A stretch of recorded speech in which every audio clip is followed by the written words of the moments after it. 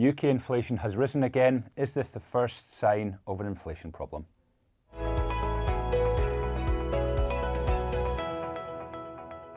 Good morning everyone and welcome back. Today we have had UK inflation for the month of October, and as expected it has risen from 1.7% to 2.3%.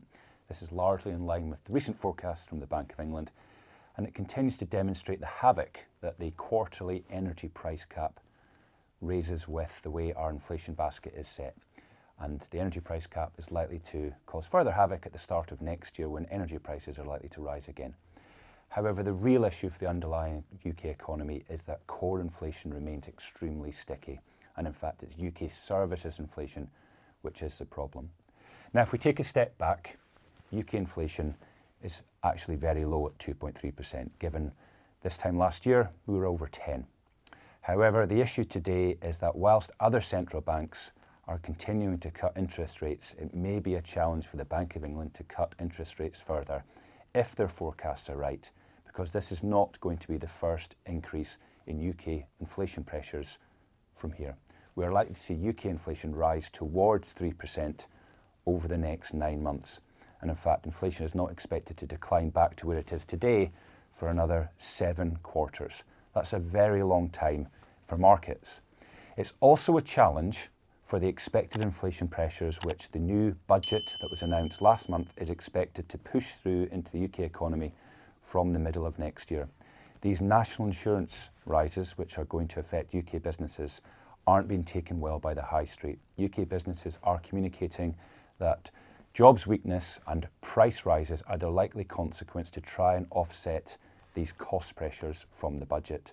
And of course, if UK inflation is already rising before then, this could add fuel to the fire. So there's certainly time for the Chancellor to reflect on what outcomes they want for next year. And of course, the UK growth outlook is poor. We know that UK growth is somewhere around 0.4% annualised. It's likely to rise into the end of the year, but it's unlikely to go to where the OBR expect over 2025.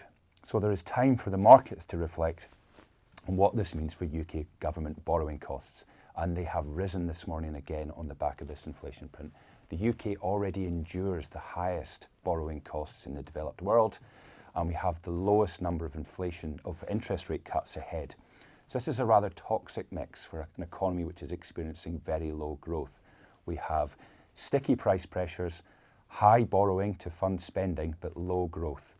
So quite where the additional growth impulse is going to come from is difficult to summarise at this stage. However, we are not anywhere near the environment we were with Liz Truss when her budget was expected to cause carnage through the markets. Really what we have is the market trying to feel its way for a government borrowing cost which is appropriate for an economy which has inflation between 2 to 3%, but growth somewhere between 0 to 1%. We certainly don't have the growth tailwinds that the United States economy has.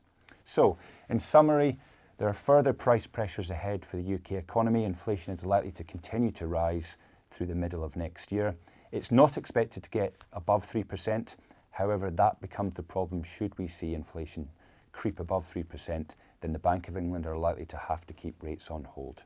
So that's all for today. A rather mixed message for the UK, but we continue to focus on the optimism from global growth. Thank you. This video is not a recommendation or personal financial advice. With investing, your capital is at risk. Investments can fluctuate in value and you may get back less than you invest.